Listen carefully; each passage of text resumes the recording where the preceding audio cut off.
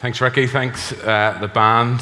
All those words, all the words of the songs that we've sung, all the words from Psalm 103 there just speak into where we are going today. I love those words from Psalm 103. As far as the east is from the west, so far has he removed our transgressions from us. One of my favorite lines in the Psalms.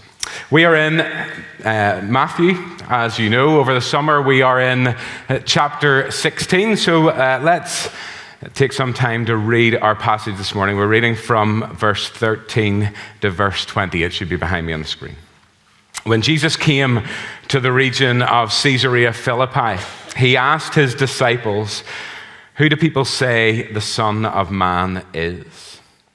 They replied, "Some say John the Baptist, others say Elijah, and still others Jeremiah or one of the prophets."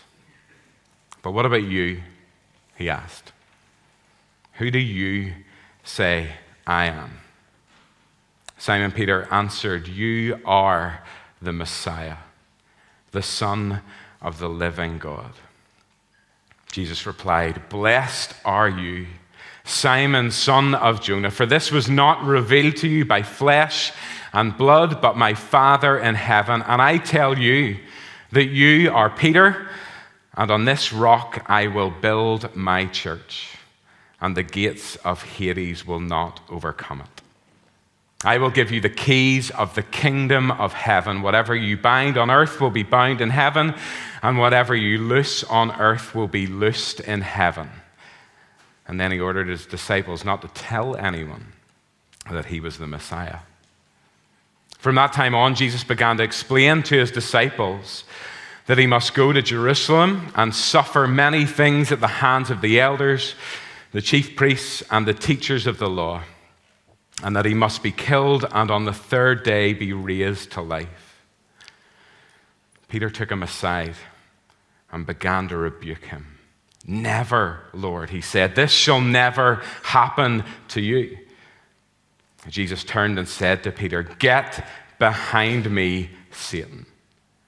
You're a stumbling block to me. You do not have in mind the concerns of God, but merely human concerns." Then Jesus said to his disciples, "Whoever wants to be my disciple must deny themselves and take up their cross and follow me. For whoever wants to save their life will lose it, but whoever loses their life for me will find it. What good will it be for someone to gain the whole world, yet forfeit their soul? Or what can anyone give in exchange for their soul? For the Son of Man is going to come in his Father's glory with his angels, and then he will reward each person according to what they have done. Truly, I tell you, some who are standing here will not taste death before they see the Son of Man coming in his kingdom." An orphaned high school student from Queens, New York, raised by his Aunt May and Uncle Ben, this teenager develops superhuman strength, agility, reflexes, and ability to cling to surfaces after being bitten by a radioactive arachnid. That's the brief summary of the origin story of who? Spider-Man or Peter Parker? It's not a hard question. Right, Spider-Man or Peter Parker? Another one. As a young child, this character contracts polio, and though he survives it, his body is left weak and frail. Despite this, his indomitable strength of will leads him to attempt over and over again to enlist for the US Army to fight against Hitler in World War II. And yet, after countless rejections, then he's brought onto an experimental program to turn his weak body into the perfect soldier of peak efficiency and super strength via a super soldier serum. The origin story of Captain America. Or what is his name? I wrote it down. Steve Rogers. I'm not into Marvel, so I don't really know. Right, but these are origin stories, and that's why I'm talking about these, okay? These are origin stories. And the reason I mention those is that this passage from Matthew 16 that we've just read, centering on these two conversations between Jesus and Peter, It's a key, central, fascinating, wonderful section for so many reasons, but one of them is this. It is a core part of an origin story.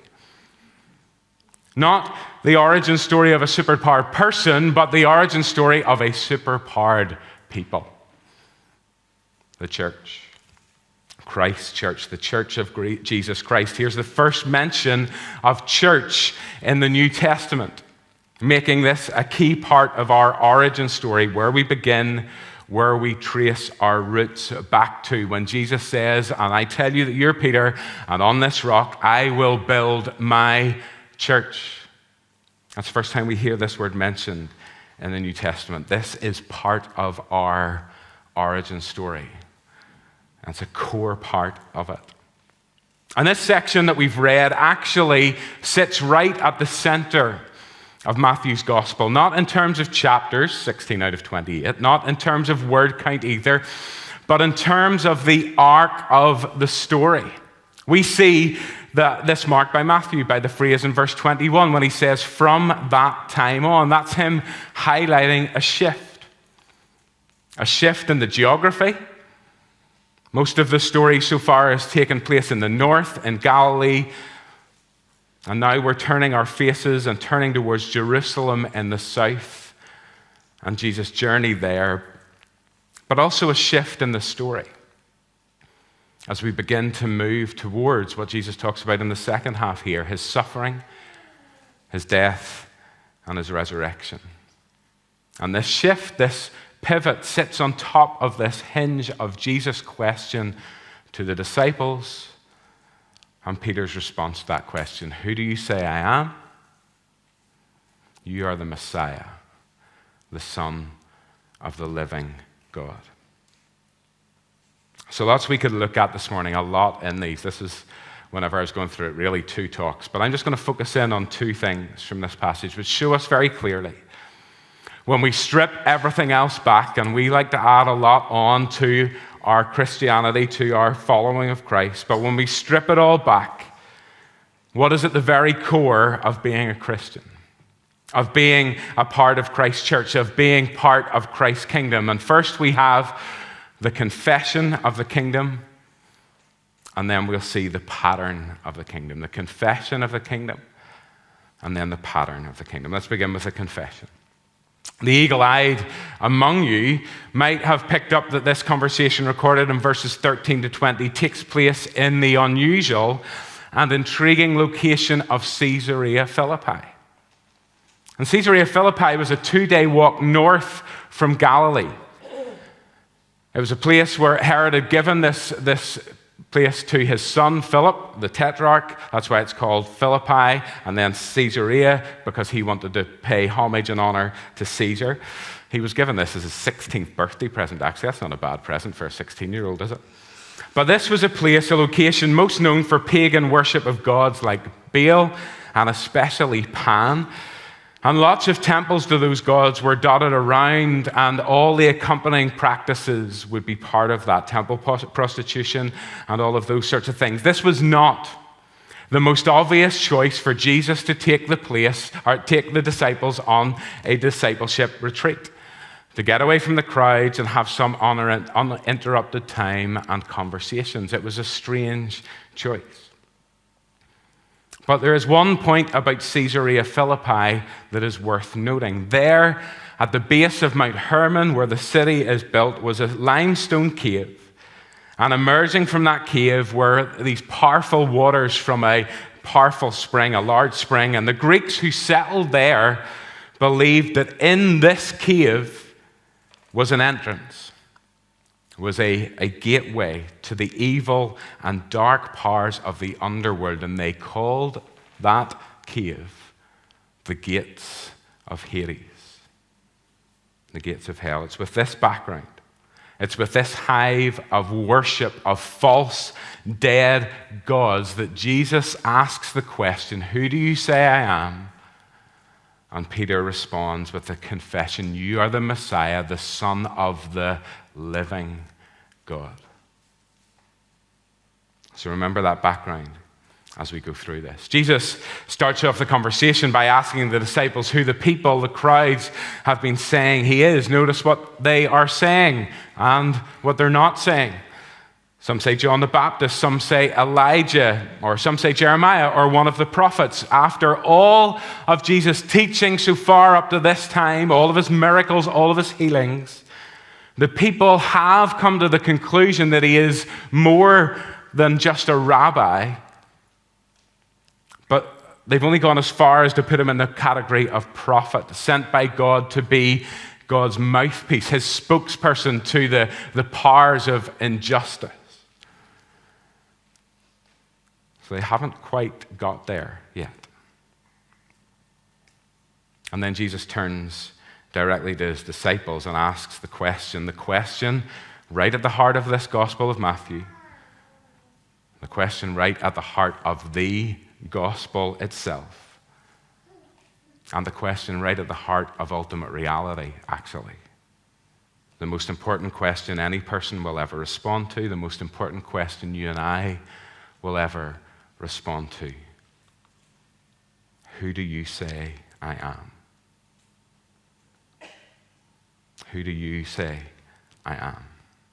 Simon Peter is the spokesperson for the 12, and he responds with this confession of who Jesus is. You're the Messiah, the Son of the living God. His response stands in stark contrast to the response of the crowds. You are the one, he says. You, Jesus of Nazareth, the carpenter, the rabbi, are the one that Israel has been waiting for. I see this. We see this. You are far beyond that category of prophet. You are the fulfillment of the Old Testament prophecies of God's promised anointed one, God's true king. The Son talked about by Nathan to David in 2 Samuel 7 or in Psalm 2 as well, sent to rescue and free his people from oppression and injustice. You are the Messiah, the anointed one. Or in Greek, you are the Christ, meaning the same thing, the Greek for Messiah. You're the Messiah. This is a watershed moment here. Got to see that. Like Matthew's readers, of course, we all know that Jesus is the Messiah. We know that already. Matthew's revealed that in chapter 1, verse 1, when he says this is the genealogy of Jesus, the Messiah. We looked at that, a couple of Christmases ago now. But what we're reading here is the very first, is the original confession of this truth by Peter on behalf of the 12. It's the first confession of Jesus' true identity. And it is the blueprint for every other confession down through history. And Jesus' response to Peter shows us this confession has done something. This has lit the touch paper of something new. Blessed are you, Simon, he says, because your understanding of who I truly am has come about, not as a result of your intellect and insight, but by the revelation of my Father in heaven. Somehow, supernaturally, over time, as you have witnessed and contemplated my life, my words, my actions, as you've watched and looked at the evidence, my Father has opened your eyes to the truth. The reality that I am his Messiah and Son. You're far from getting everything, Peter. We'll see that in the next stage. But you now see this much because my Father's revealed it to you. You've confessed the truth about who I am, about my identity. And now, Peter, I'm going to tell you something crucial about yours. You are Peter, which means the rock. And on this rock I will build my church. You will be a foundation rock of what I'm building. My church, a new people, a new gathering, a new community. Not defined by ancestry or ethnicity like Israel, but defined by the confession that you've just made. By allegiance to me as God's anointed Messiah, God's true Son, by allegiance to me as the true King.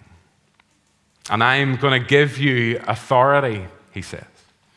That's what he means here when he talks about the keys of the kingdom. I'm going to give you the authority to open doors and welcome people in, Peter. People that you couldn't even contemplate right now. And we know, of course, as we fast forward into Acts and the stories in there, stories that in this moment would have absolutely blown Peter's mind about who he would be inviting and welcoming in. Acts 2, him preaching the gospel at Pentecost and inviting the very Jews that condemned Jesus to death to confess him as Messiah and experience forgiveness and come into the kingdom. Or Acts 8, going to the Samaritans of all people, hated by the Jewish people for centuries, and on this confession, opening the doors and welcoming Samaritans too into Christ's kingdom. Or Acts 10, Peter at the house of Cornelius, a Gentile Roman centurion, the enemy of enemies of Israel. And again, on this confession and this confession alone, unlocking the kingdom to Cornelius and his household, and a first step in unlocking the kingdom to all Gentiles, including all the Gentiles that are sitting here right now, into being part of this new community, this new people of Christ, all on the confession that Jesus Christ is the Messiah, the Son of God. And more than 2,000 years later, here we are, in Glengormley on a Sunday morning, part of that same story that originates here, part of that same community of people, an enduring, eternal community, which the gates of Hades, which all the powers of evil and the evil one have not overcome and will never overcome, welcomed into that eternal community.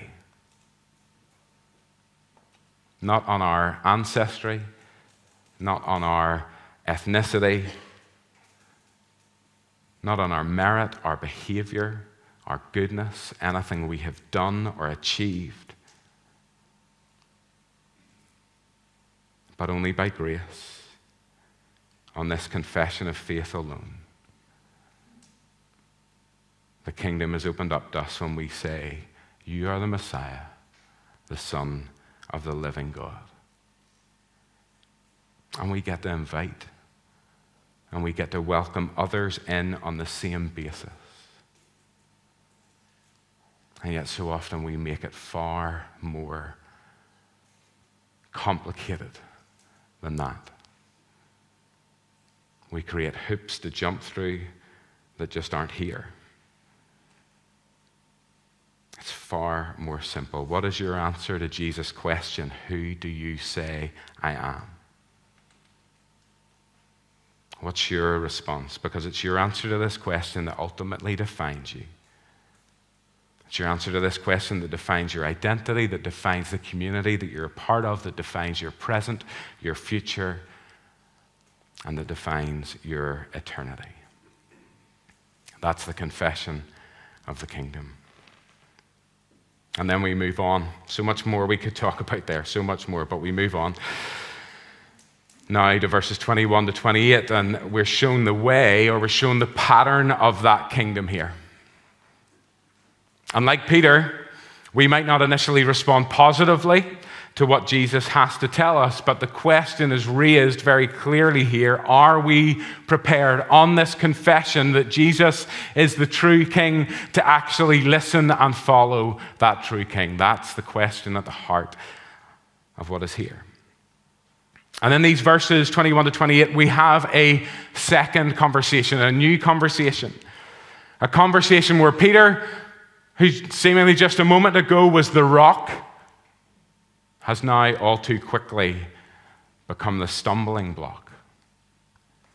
Now he and the disciples have grasped the true identity of who Jesus is. Jesus begins to reveal to them about how his kingdom is going to be established, how his church is going to be built, the way things must take place, and it is literally the opposite of what they have in their own minds. They would have been thinking military strategy. They would have been thinking, right, he's the Messiah. What's next? We're going to march on Jerusalem. We're going to pick up fellow fighters along the way. We're going to oust the corrupt Jewish leaders. We're going to take over the temple, and we're going to proclaim Jesus as king. And then after that, we're going to work out what we do with Rome.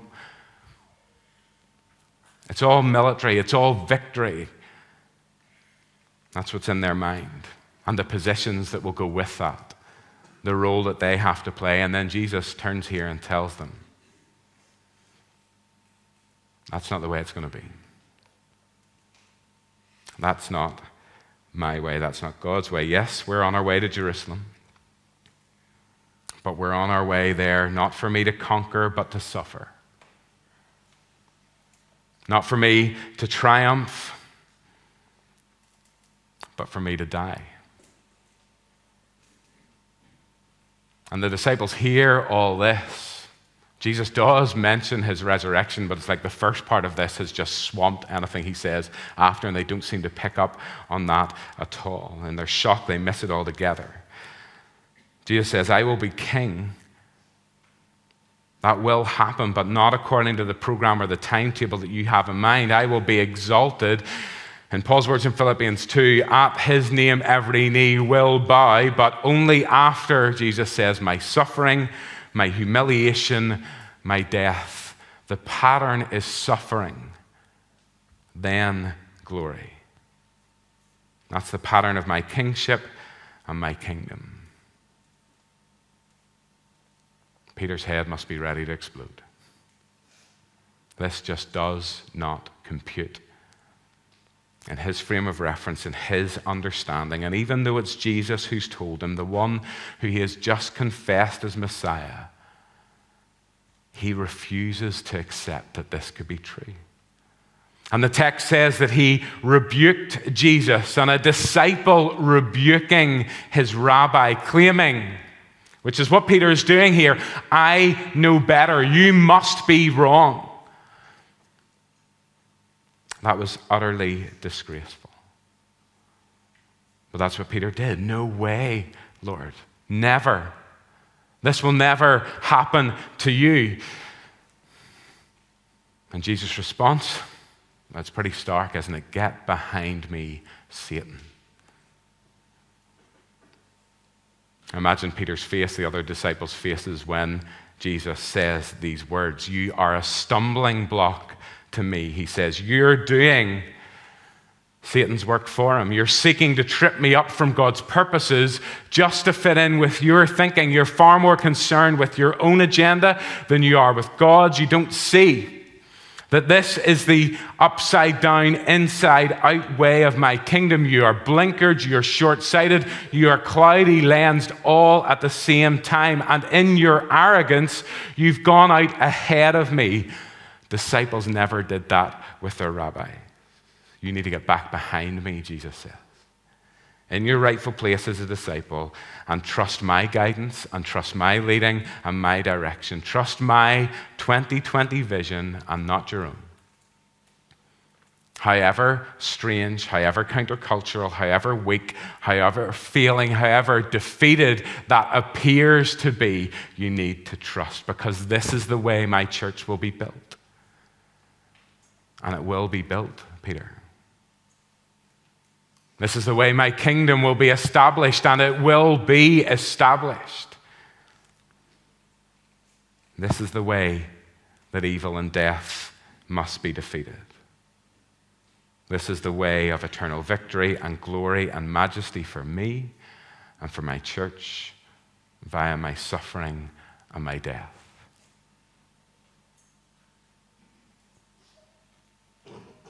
And you need to get this into your head, Peter, and understand this. And this, Jesus goes on then, is the same shape, is the same pattern for life for all who would choose to come after me. Whoever wants to be my disciple, he says, whoever wants to take their place behind me, he says, must deny themselves, must take up their cross, and follow me. Here is what follows on from a true confession of my kingship. Here is what follows on if you mean what you say. Here's what it looks like to follow me as king. This is the way my church will go about making my kingdom come. And I read this myself. And I'm sure you read it too and have some sort of empathy with Peter. No way, Lord, surely not. Surely you want my happiness, my comfort, my peace. Yes, you went through suffering, you went through anguish, through pain, you went to the cross for me, but was that not for my joy and my peace and my fulfillment and my prosperity and my freedom? You see, we are bombarded, as we know, by different voices. And everything else we hear and see and read and watch tells us the exact opposite to this message. Don't deny yourself anything. In fact, to deny yourself is dangerous. It's unhealthy, according to the narrative that we hear so often. Follow your desires. If you want it, take it. If you love it, buy it. If it feels right, do it. If it makes you happy, follow it. But Jesus is saying the opposite. He's saying that counterintuitively, true life is found in getting behind him and following the example, the pattern that he has exemplified. To be his disciple involves letting go of my will for my life and taking up my cross, the symbol of God's will, and following his will and his path for the sake of the kingdom wherever it leads, knowing that it will inevitably in some ways lead to suffering and rejection and humiliation and loss. For many of the disciples themselves, and again we know what happens, it would mean literal death for them, for their allegiance to Jesus as king. For many followers of Jesus in certain parts of the world today, literal death is a possibility too. And while it's unlikely to mean this for us, to truly deny ourselves and take up our cross and follow him may involve different things. It may involve social alienation for us. It may involve relational isolation. It may involve not being able to be in relationships. It may involve being excluded from family. It may involve open ridicule or involve online or in-person hostility or certain academic or career paths being closed off or being fired from a job or being cancelled in some way. Each of our situations will be different. But if you're truly following Jesus, there is and there will be a cost involved. But Jesus says,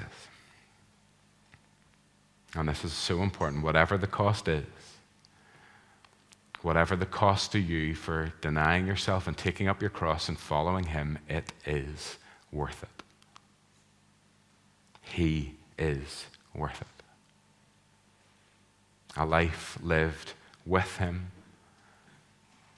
a life lived in him, a life lived for him as part of his story, as part of what he is doing, as part of his church is worth it. Whoever wants to save their life, he says, will lose it. Whoever wants to save their life will lose it. But whoever loses their life for me will find it. I notice something interesting here. This isn't a command from Jesus. It's not a command, it's actually a statement of fact. Here's what he says: this is the way it is. This is reality. Now you, in your freedom, choose. The world, the advertisers, the influencers will tell you in very appealing and persuasive ways that following your desires leads to life, that sex or money or beauty or youth or possessions or fame or success or influence, that these will fulfill you. that these will bring happiness, that these will bring freedom. But Jesus is saying, the reality is that these will just lead to further enslavement. You go down the path of sex, that'll never be enough. You go down the path of money, that'll never be enough. You go down the path of stuff, you'll never have enough. You will be enslaved. It's not freedom. None of it is ever enough to satisfy. None of it is living water. All of it is salt water. In the words of Russell Brand, in a video I watched once, very much cleaned up, here's what he says: I've seen the other side of the looking glass, of fame and fortune and all of those things, and it isn't worth it. It doesn't feed your soul. According to Jesus, the way to freedom, the way to peace, the way to fulfillment, the way to save your soul is his seemingly upside down, wrong way, round way. It's hard for us to make sense of that this is the way it's meant to be, relinquishing control, yielding our lives to him, our ambitions, our hopes, our plans into his hands, denying ourselves and following him and living for him. This, he says, isn't actually the upside down, wrong way, round way. It's the right way up, right way, round way of the God who created us and knows us and loves us. And in all of this, of course, it's not just about now. The future needs taken into account. Eternity needs factored in. The foreverness of Jesus' kingship and kingdom needs considered. This life is just the prologue. But this life counts. It has meaning and it has value and it has purpose. And what we do with it and who we do that for matters. The Son of Man, Jesus says here, is going to come in his Father's glory with his angels, and then he will reward each person according to what they have done. Have they denied themselves and taken up their cross and followed him? Or have they denied him and followed their desires or hearts or whatever way you want to put it? We need to take into account eternity. Here's Jesus' statement of fact. Statement of reality. Here is his loving invitation. None of this is forced on us. It says, this is the way it is, you choose. You try to save your life. The reality is that you will lose it. You let go of your life for me. The reality is that you will find it. I, he says, see ultimate reality with perfect vision. And you've got to understand that you're short-sighted and you're blinkered. If you presence yourself with me, you trust in my guidance and follow me, I will lead you on the path of true life. And the question for Peter and the disciples and the question for us is ultimately this: whose voice are you going to trust? Whose voice am I going to trust each day in the seemingly small decisions and in the big ones? Whose voice are you going to listen to? Who are you going to get behind and follow? Even when it costs, especially, actually, when it costs. Trusting that the right path, the best path, well, it's often the most difficult path. But it's worth it because it's the path that he has you on, and it's his path. Like with Peter. This is going to take a lifetime of learning, of falling down, of failing, of picking yourself back up again, of going again, of falling again, and so on. That's the pattern, isn't it, of Peter's life, and it's the pattern that all of us follow. But by God's grace, the stumbling block in this story became the rock that Jesus told him he was going to be. And I'm so grateful for the combination of realism and hope in Peter's story. Thank God that his grace and his patience and his forgiveness and his love for each of us and for his church together are inexhaustible, and that we know the gates of Hades will never overcome us, his church. And we know, like Peter, in the words of Paul in Philippians, that he who has begun a good work in us will carry it on to completion until the day of Christ. He is trustworthy. And he is worthy completely of our trust and of our lives. Let's pray together.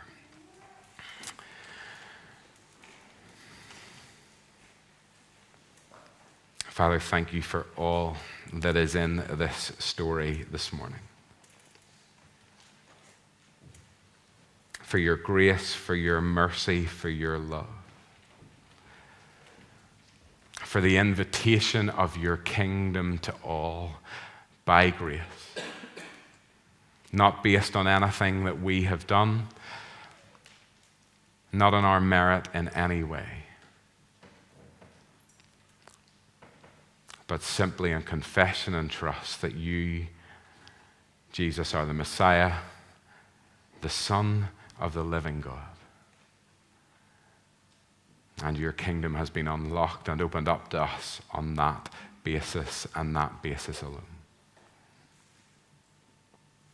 Father, we acknowledge that this teaching about denying ourselves, about taking up our cross, it's teaching that we struggle with. It's a message that is just so starkly in contrast to all the rest of the stuff that we ever hear. So by your Spirit, help us to trust you. By your Spirit, help us to take these words. Give us the vision that we need. Give us the courage that we need. Give us the discernment to see what it means, step by step, day by day, to deny ourselves and take up our cross and follow you, for your kingdom. And in our own lives and our own situations and what each of us are going through right now, today and the week ahead, speak directly into those situations to lead us and to guide us, to follow you in the way that you've called us to, that your will may be done in our lives. In Jesus' name we pray. Amen.